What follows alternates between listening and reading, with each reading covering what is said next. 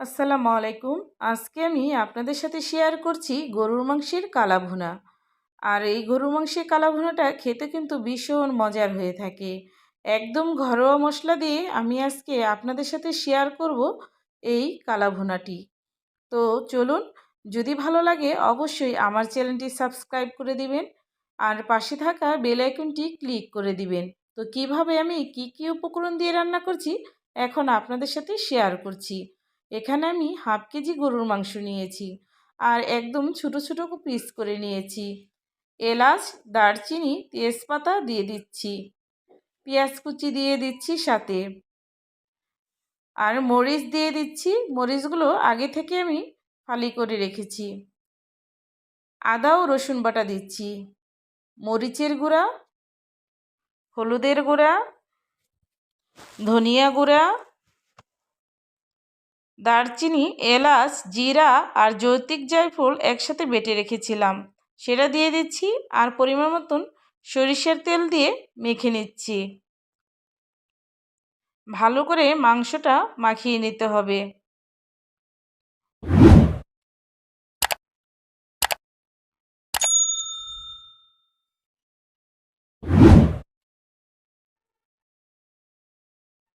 মাংসটা মাখানো হলে আমি পরিমাণ মতন লবণ নিব।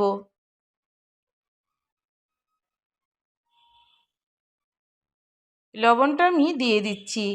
আবারও আমি মাংসটা ভালো করে মেখে নিচ্ছি।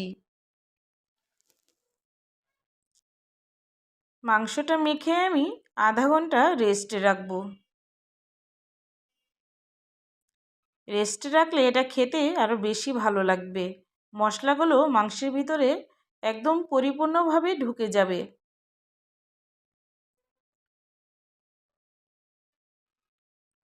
আধা ঘন্টা পর আমি চুলার জালটা ধরিয়ে দিয়েছি।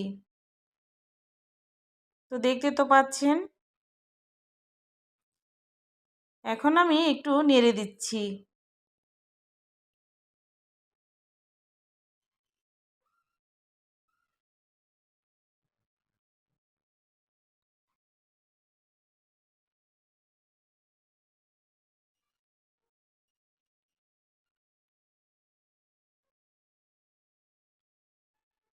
আমি কিন্তু একটুও পানি দেব না কষানোর জন্য, মাংসের পানিটা দিয়ে আমি কষিয়ে নেব।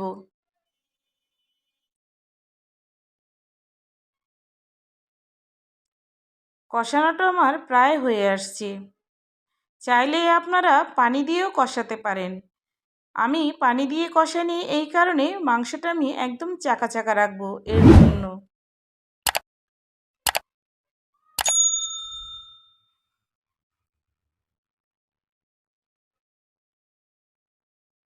আমি আবারও নেড়ে দিচ্ছি।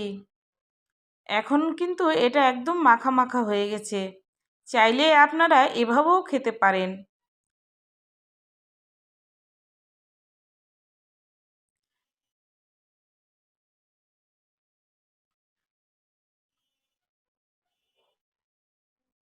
এখন আমি এটা সরিষার তেল দিয়ে বাগার দিয়ে নিব। পেঁয়াজ কুচি দিয়ে দিচ্ছি, রসুন কুচি দিয়ে দিচ্ছি আর শুকনো মরিচ সাথে দিয়েছি। এখন আমি বেরেস্তা করে নিব। সরিষার তেলটা কিন্তু অবশ্যই দিবেন। কালা ভুনাতে সরিষার তেল দিলে কিন্তু খেতে বেশি ভালো লাগে, আর ভুনাটাও কালা হতে একদম সাহায্য করে।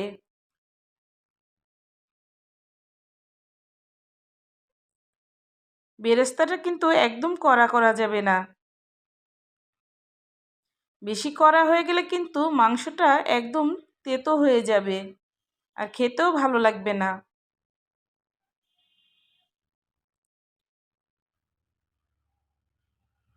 তো আমি বেরেস্তাটা দিয়ে দিচ্ছি।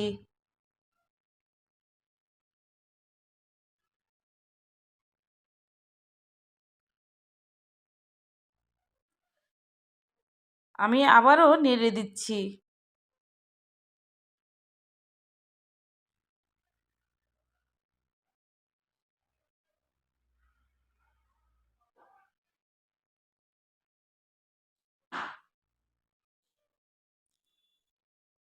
আর এই ভুনাটা খেতে কিন্তু ভীষণ মজার হয়ে থাকে।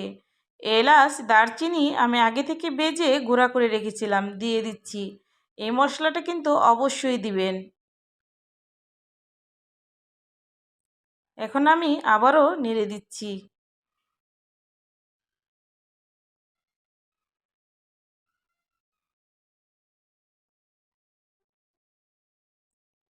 এখানে আমি জিরার গুঁড়াটা দিয়ে দিব।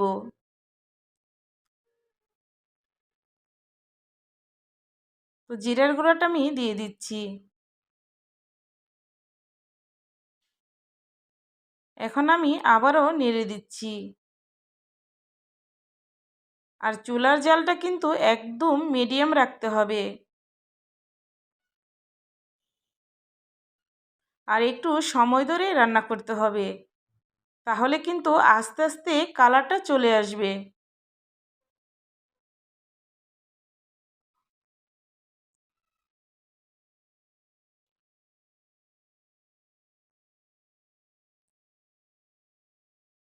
তো দেখুন মাশাআল্লাহ আস্তে আস্তে কালারটা কিন্তু চলে আসছে। আর এটা যত জাল দিবেন ততই কিন্তু কালারটা আরও বেশি গাঢ় হবে।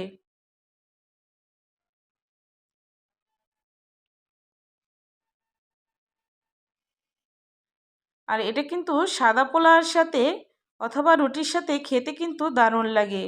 তো আজকের রেসিপিটা যদি ভালো লাগে অবশ্যই আমার চ্যানেলটি সাবস্ক্রাইব করে দিবেন আর পাশে থাকা বেল আইকনটি ক্লিক করে দিবেন। আর যারা ফেসবুক থেকে দেখবেন অবশ্যই ফলো দিয়ে দিবেন, পারলে শেয়ার করবেন। তো দেখতে তো পাচ্ছেন কালারটা মাশাআল্লাহ চলে আসছে। আর এটা কিন্তু দ্বিতীয় জাল দিলে আরও বেশি কালারটা সুন্দর হয়ে যায়।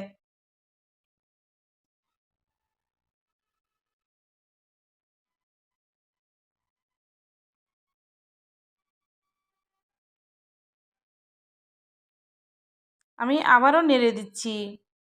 আর লক্ষ্য রাখতে হবে যেন মশলাটা না পুড়ে যায়।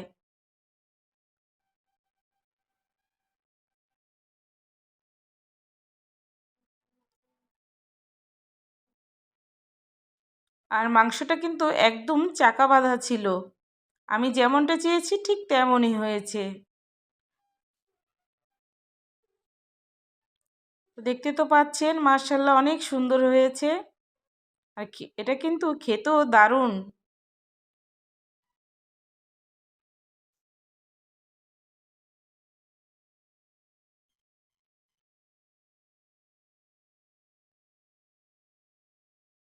তো বাজারে কেনা মশলা থেকে ঘরোয়াভাবে রান্না করলে খেতে কিন্তু বেশি মজার হয়ে থাকে।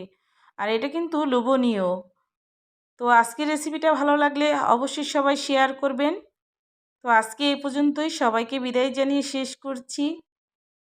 আর সকলে সুস্থতা কামনা করছি। আল্লাহ হাফেজ।